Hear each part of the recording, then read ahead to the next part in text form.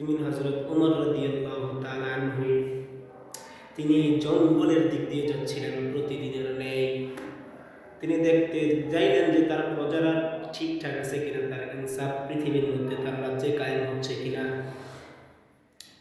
প্রতিদিনের ন্যায় তিনি এইটা দেখার জন্য যখন গেলেন,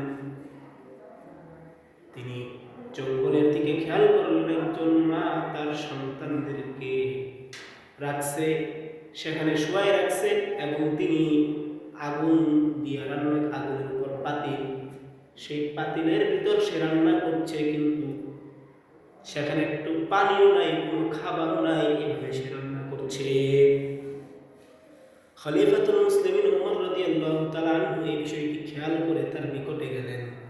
ওমর রাদিয়াল্লাহু তাআলা আনহু বললেন, মা, এইখানে তো কোনো খানা নাই, এইখানে তো কোনো খানা নাই, আপনি কেন এরকম ভাবে তাদেরকে ধোঁকা দিচ্ছেন? আপনার সন্তানদেরকে কেন ধোঁকা দিচ্ছেন? ওমর রাদিয়াল্লাহু তাআলা আনহু এই কথা বলার পর মহিলা সে বলল, হে ভাই, তিনি কিন্তু জানেন না, সেই মহিলা জানেন না এটা খলিফাতুল মুসলিমিন হযরত ওমর। তাই তাকে বলল, কি করব, খানা নাই, কোনো খাবার নাই, সন্তান কান্না করছে, কি খাওয়াবো, কিছুই নাই। এভাবে তাদেরকে সান্ত্বনা দিয়ে রান্না বলি, এই যে একটু দেরি আছে, তারা এরকম ভাবে আমি বলতে বলতে তারা ঘুমায় যায় এবং পরের দিন সকালে হয়তো কোনোভাবে আমি মিটাবো। তখন বলল, আপনি দাঁড়ান, আমি একটু আসছি।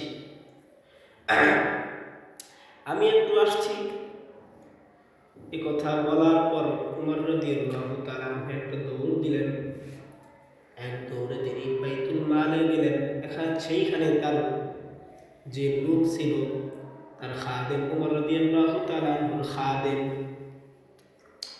সেখান থেকে তিনি গমের বস্তা, আটার বস্তা নিয়ে তার পিঠের উপরে নিয়ে যাবেন। তখন খাদেম বলে, হে ওমর রাদিয়াল্লাহু তাআলা আনহু, হে খলিফাতুল মুসলিমিন, আমি থাকতে আপনি কেন কষ্ট করবেন?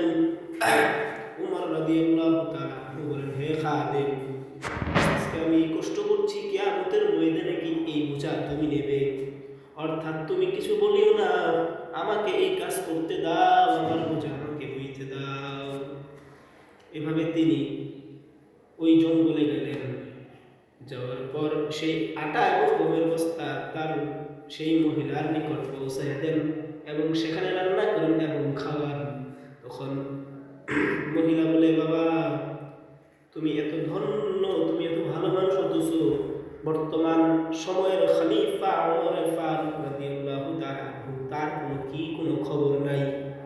তিনি কি তার কি সাম্রাজ্যে কে ক্ষুধার্ত আছে সেগুলো কি সে খবর রাখে না? এরকম বলতেছিল ওমর রাদিয়াল্লাহু তাআলা আনহু। তিনি কষ্ট করে কান্নাই করবেন, কিন্তু তিনি তার পরিচয় গোপন রাখলেন। তিনি বললেন না যে আমি খলিফাতুল মুসলিমিন ওমর রাদিয়াল্লাহু আনহু।